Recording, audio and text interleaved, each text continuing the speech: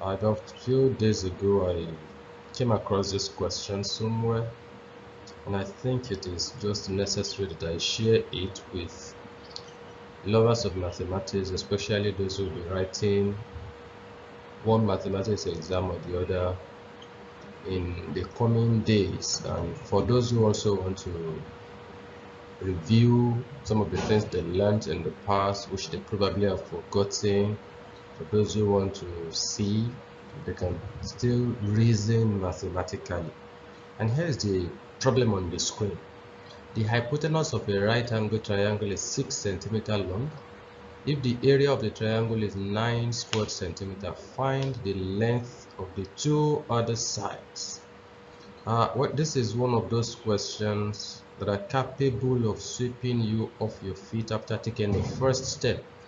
And as such, it is important that we take time to look at this question so we don't think we know while we are not even sure. So I like to remind us that to be able to solve this problem, there are a number of little topics in mathematics that we are expected to know. And this include area of a triangle. I think that one is simple enough for anybody to know. There are various formulae for solving that, but for the purpose of this particular problem, we're going to be considering half base times height. We'll also consider Pythagoras rule for those who have forgotten. Some element of simultaneous equations will come in as we continue with the problem. Then we'll have to solve quadratic equations in the process, and of course there will be rationalization of sorts. I included that because I'm looking at an atmosphere where we solve this problem without using any calculating machine. I hope you get what I'm talking about, calculators and the like. So at this point, I like to say to those who are watching, you may want to pause this video now, consider these topics, and go back to the question and see if you are capable of solving it. Just few minutes. The time taken to solve the problem will not be as long as the time we're going to spend doing this video. So let's move on.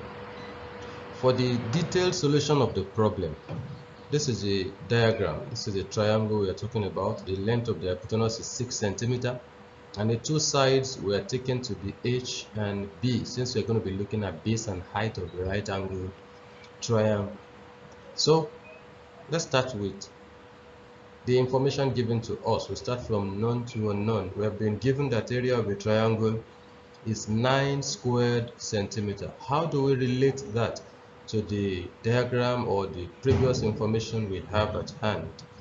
So we bring up the formula for finding the area of a triangle, base times height divided by 2. And of course, the base is designed B, the height is H, and the area has been given to us as 9 squared centimeters. So we plug in that to have 9 squared centimeter equals base times height divided by 2.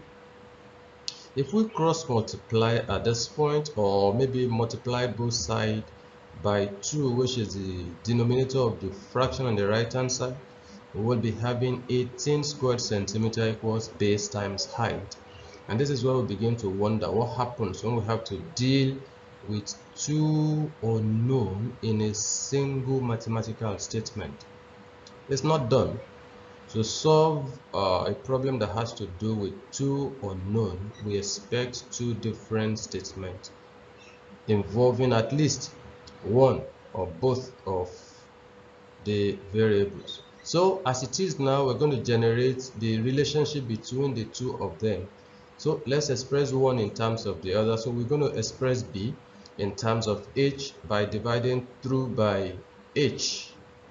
And that will give us B equals 18 squared centimeter over H. We take note of that. This is one headway towards being able to solve this problem. So the next thing we're going to consider is the Pythagoras rule. What does Pythagoras rule say? Pythagoras is saying the square of the longest side of a right angle triangle is equal to the sum of squares of the two other sides. In other words, we square this 6 centimeter, square h, square b, add b and h, whatever you get should be equal to 6 centimeter. And we write it this way: 6 squared equals h squared plus b squared. Remember, we already have a relationship, we have an expression for b. So we're going to plug in that expression into b here, such that we have 6 squared equals h squared plus 18 over h all squared. Let's open the brackets. And when we do that, 6 squared is 36, h squared remains what it is, and 18 squared is 324, and this gives us h squared. A little thing we have to do at this point, there are two ways to go about this. You can decide to represent h squared by any letter at this point, or if you like, just eliminate fraction in the statement. How do you do that? Simply multiply each term in the statement by the denominator of this fraction, which is h squared. So if I multiply all through by h squared, I would be having 36h squared equals h raised to the power of 4 plus 324. Does this look like something we are familiar with, at least maybe to a lot of people? No. Some of us are actually familiar with quadratic equations, and of course this doesn't look like one. But we can find a way of making it look like what we're familiar with, so we can move on. So what do?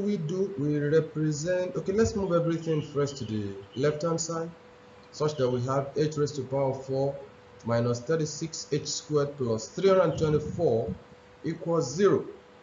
And that said, we can decide to say, okay, how do we deal with this? Let's set h squared equals m. And setting it m here is not cast in stone. This is algebra. You represent things you do not know with letters. And you can decide to choose the first letter of your name. It doesn't have to be X, Y, whatever. I have chosen m for my personal reasons. Choose yours. So h squared is m. If that is the case, we're going to plug m in place of h squared in the previous statement. And when we do that, 36h squared becomes 36m, h squared becomes m squared, and of course 324 stands. Now we now have a quadratic equation that needs to be solved. Remember that m was not part of the problem you introduced, so you must find out what that m is. We put it back into the problem and we move on. How do we do that? There are a number of methods for solving quadratic equation: the formula method, completing the square approach, and of course factorization method, and that appears to be about the simplest of the three. But then it will be determined by the nature of the problem you are given to know whether you are going to be using factorization method. Most problems may not be factorizable or may not be easily factorizable. But in the case of this, we can factorize it easily. Look for two numbers that you multiply to get 324, such that when you add, you have 36. Let's look for factors of 324, and I have 18, such that if I expand what I have here, factorizing this, I have two factors for this, for the expression on the left hand side: m minus 18, m minus 18. And uniquely, we can conclude from this that m is equal to 18. Remember, like I said earlier, m was not part of the problem. We introduce it, and what we're going to do now is to return it to where it was coming from. At this point, we see that h squared, which we designed to be m earlier on, is now 18. So if h squared is 18, what is h? Find the square root of both sides, and we have h equals square root of 18. Let us see how to simplify this. How do we go about that? 18 is the same thing as 9 multiplied by 2. It is possible, very easy to find the square root of 9. So bring that out and leave 2 under the square root, such that we now have h equals 3 root 2 centimeter. Now that we have a value for h, and earlier we had a relationship for b and h, I'm very sure somebody will be asking, how is simultaneous equation coming in? We have been solving that, just that we did not bother to list them as they were. The first time we got this is an equation, call it equation 1, and when we got to Pythagoras rule, we were able to generate a second equation, the 2, and when we are solving simultaneously, now we have the value of h. We have to look for value of b. B and h is related by, or are related by, 18 square centimeter over h. So what we do at this point is plug in the value of h which we got earlier, which is 3 root 2. But this is an irrational statement. We're not expected to have square root in the denominator. But before we go into that, let's deal with the unit. Centimeter, square centimeter, centimeter, handle that, and you have only centimeter standing. So we now have 18 over 3 root 2. So what we do here is rationalization of sort, like I mentioned, probably the second slide or third. I mentioned that when we have a sort like this, we rationalize it. How do we do that?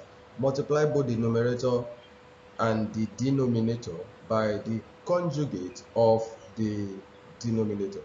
Conjugate in this case is still 3 root 2. Very easy. So when you do that, 18 by 3 root 2 multiplied by 3 root 2, 3 root 2, 18 times 3 will give us 54. 3 by 3 is 9. And of course, root 2 times root 2 gives us 2. 2 times 9 will be 18, such that we have, okay, 54 divided by 18. I saw something very funny there, which is not included in this slide.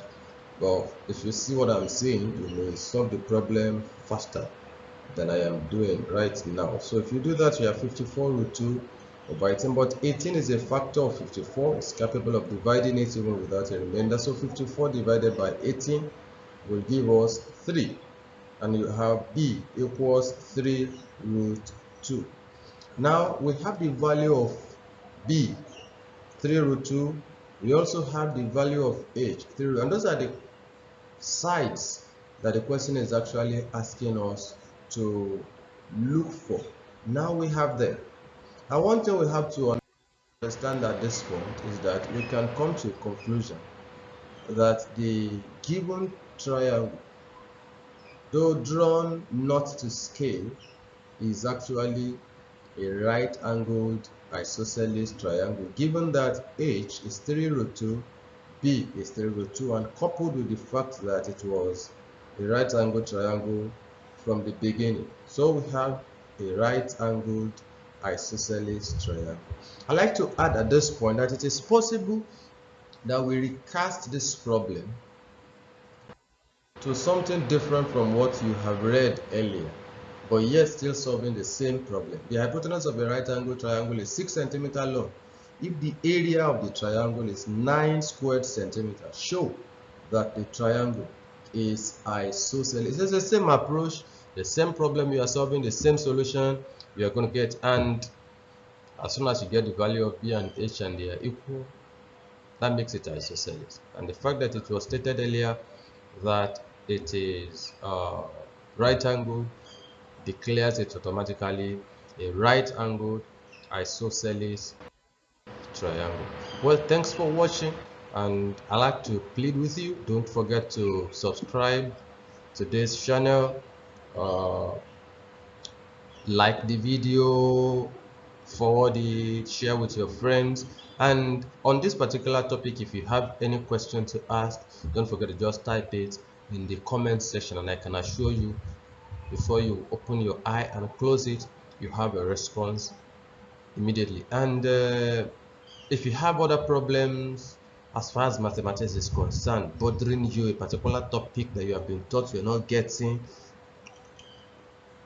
nobody is an island, but just put it in the comment section, and I can assure you, just one class, you will not want to leave this channel again. So bye, thank you, and I'm your friend.